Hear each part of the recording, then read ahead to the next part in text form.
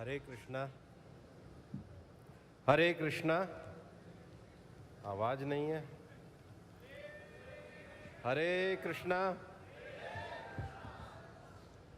अब जो जहाँ खड़ा है वहाँ बैठ जाए।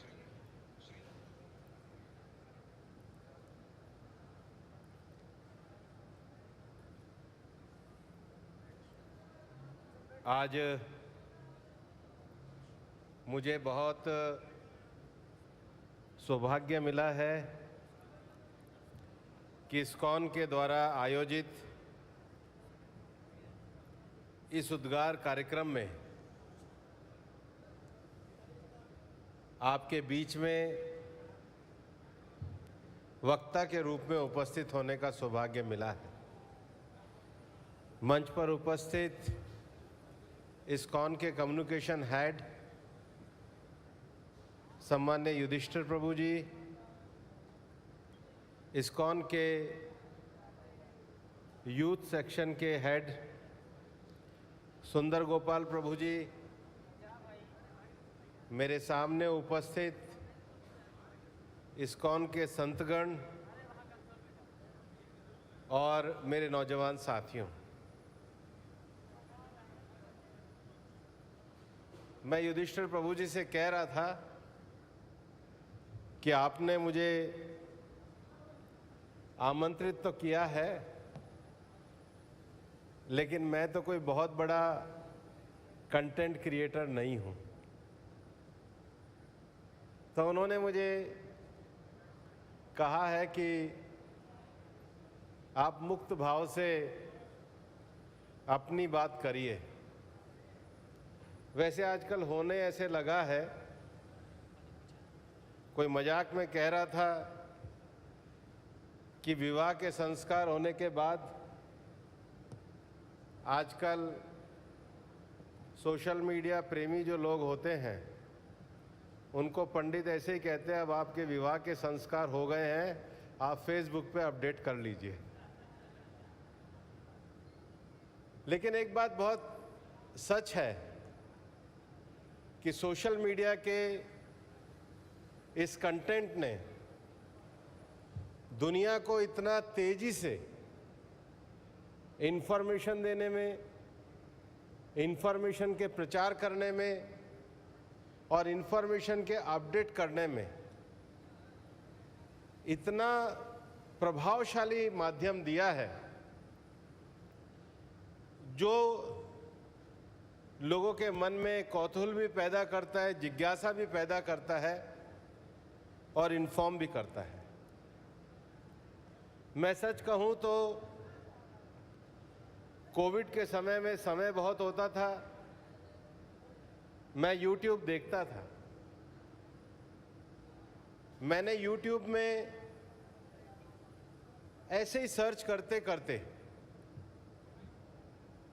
शील प्रभुपाद जी का एक ऑस्ट्रेलियन पत्रकार को दिया गया इंटरव्यू देखा। इतनी क्लैरिटी ऑफ थॉट, इतना कृष्ण भक्ति के प्रति उनका दिव्य वाचन, शायद अगर ये सोशल मीडिया ना होता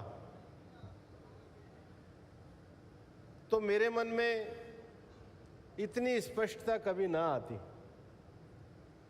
और एक बार मैंने युधिष्ठिर प्रभु जी से कहा कि उन्होंने जो अपनी अंतिम श्वास कृष्ण संकीर्तन के साथ वृंदावन में ली, वो वीडियो किसी भी व्यक्ति के मन में, कोई व्यक्ति अपने जीवन में कितना बड़ा संकल्प लेकर सामाजिक परिवर्तन की, संस्कृति के दूत की, वैश्विक जागरण की कितनी अद्भुत संकल्पना, कितना अद्भुत प्रतिज्ञा, कितना अद्भुत जीवन कोई व्यक्ति जी सकता है, मुझे अगर ये जानकारी मिली तो YouTube पे वो वीडियो देखकर ही मिली। और इसलिए मैं ये कहना चाहता हूं कि सोशल मीडिया के जो इन्फ्लुएंसर हैं उनमें एक बात की बहुत जल्दबाजी तो रहती है, जल्दी से कोई बात कह दें। जल्दी से कोई बात ना कहे, समझदारी से बात कहे तो ज़्यादा अच्छा रहेगा। ये जल्दी और समझदारी में बहुत अंतर होता है। कुछ चीज़ों की कॉपी कर लेने से कोई इन्फ्लुएंसर नहीं हो जाता। जब तक आप अपना कुछ ओरिजिनल नहीं होगा, आप समाज को प्रभावित नहीं कर सकते। और इसलिए इस्कॉन वाले तो गीता का बहुत प्रचार करते हैं, बहुत बड़ा कार्य, बहुत पुनीत कार्य विश्व के लिए करते हैं, लेकिन सच में दुनिया को सबसे बड़ा मानव जीवन के रूप में ज्ञान देने वाले भगवान कृष्ण की श्रीमद् भगवत गीता का जीवन में कोई वाचन केवल कोई सोशल मीडिया की इन्फॉर्मेशन नहीं है, वो उससे ज़्यादा जीवन के आचरण का विषय है। और इसलिए जब हम कल्चरल एम्बेसडर बनते हैं, जब हम रिलीजियस एम्बेसडर बनते हैं, तो मेरा मानना है कि आपको दुनिया बाकी इन्फ्लुएंसर से अलग देखना चाहती है। आपको दुनिया सामान्य विषयों के साथ, कई बार मेरे को लगता है और कई बार मैं ये देखता हूं कि हम कई बार रील के चक्कर में कोई हल्की बात, कोई छोटी बात, कोई ऐसी बात जो हमें लगता है तुरंत लोकप्रिय बना देगी, आपको नहीं बना सकती। आपका आचरण, जीवन जब आपके शब्दों में झलकेगा, तब आप इस्कॉन के सही इन्फ्लुएंसर बन सकोगे और वो स्थायी बनोगे। मैं मानता हूं, और मैं तो कोई बहुत सोशल मीडिया का एडिक्ट आदमी नहीं हूं, लेकिन मैं ये मानता हूं कि सोशल मीडिया आज के समय में इंडिस्पेंसेबल है। मैं मानता हूं कि सोशल मीडिया इंफॉर्मेशन का सबसे बड़ा माध्यम है, पर मेरी बात को बुरा मत मानना, सोशल मीडिया इन्फॉर्म कर सकता है, ट्रांसफॉर्म नहीं कर सकता है। ट्रांसफॉर्म के लिए तो स्वामी शील प्रभुपाद का जीवन और उनके जीवन से लिया हुआ संकल्प पर चलने से ही होगा।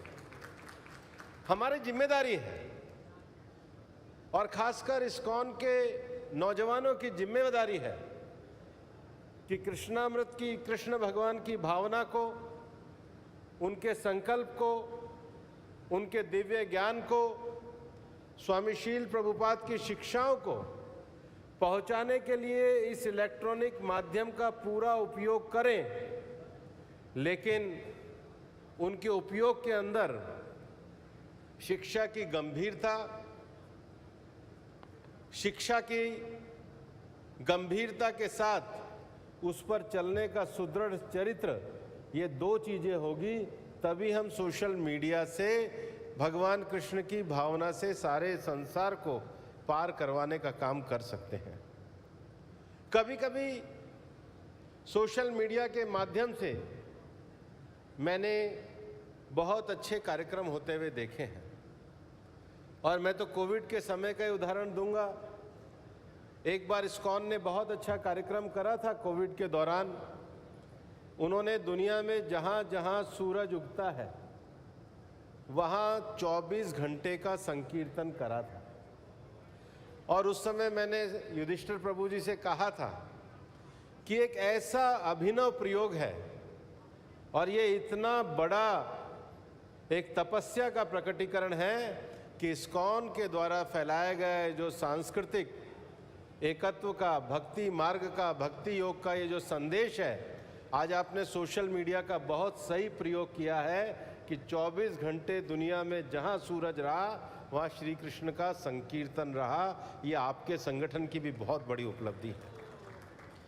मैं ये मानता हूं कि सोशल मीडिया में हमें अपने आइडिया रखने की बहुत बड़ा प्लेटफॉर्म मिलता है, लेकिन इस आइडिया को रखते समय, विशेष रूप से आइडिया जब हम एक हजारों लाखों लोगों की भक्ति के आधार पे रख रहे हैं, विश्वास के आधार पे रख रहे हैं, श्रद्धा के आधार पे रख रहे हैं, जीवन को परिवर्तन रखने के लिए रख रहे हैं, तो वो आइडिया केवल एक क्लास टीचर की तरह नहीं हो सकता है। वो आइडिया किसी प्रोडक्ट की तरह नहीं हो सकता है। वो आइडिया किसी सेल्समैन की तरह नहीं हो सकता है।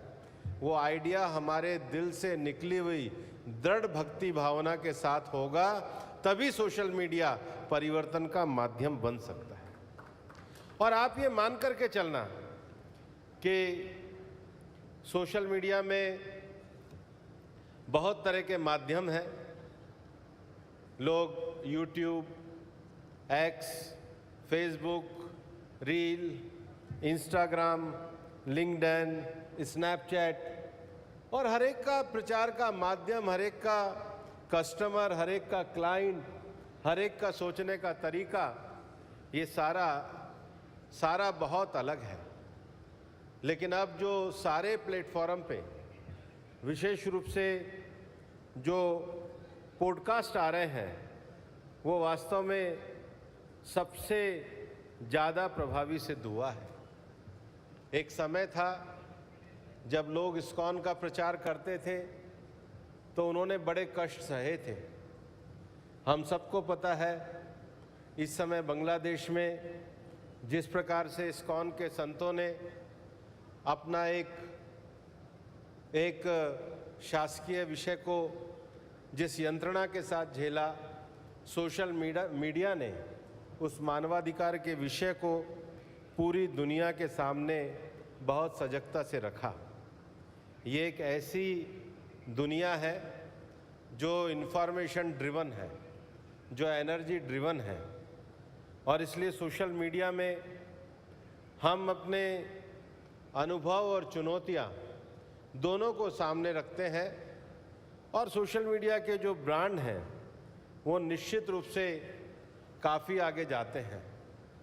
लेकिन मैं कई बार समाचार पत्रों में पढ़ता हूं कि सोशल मीडिया के इन्फ्लुएंसर खुद जो हैं वो अपने आप में डिप्रेशन के शिकार हो गए, वो अपने आप में दवाई लेने लग गए।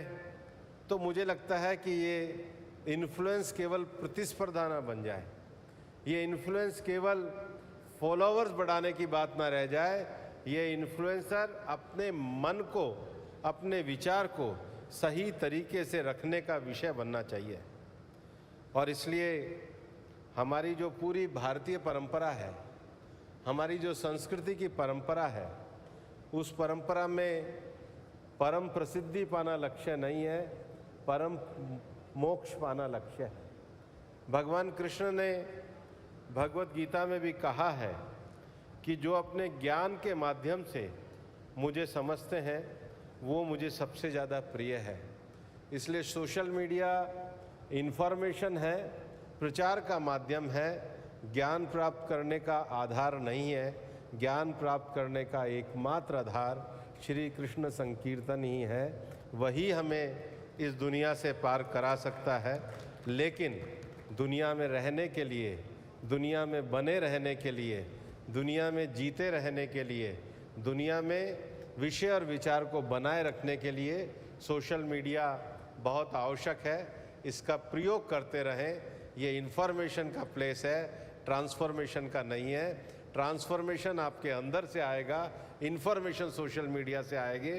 ये दोनों की जो एक छोटी सी लाइन है, इसको समझेंगे तो इस्कॉन को और स्वामी शील प्रभुपाद के संदेश को और भगवान कृष्ण के मानव जीवन को चरितार्थ करने के भाव को आप बहुत अच्छी तरीके से दुनिया में ले जा सकेंगे। बहुत बहुत धन्यवाद। हरे कृष्णा। बहुत बहुत धन्यवाद मुख्य अतिथि जी। एक बार आप सारे लोग की ज़ोरदार तालियां हो जाए हमारे मुख्य अतिथि जी के इस उद्बोधन पर।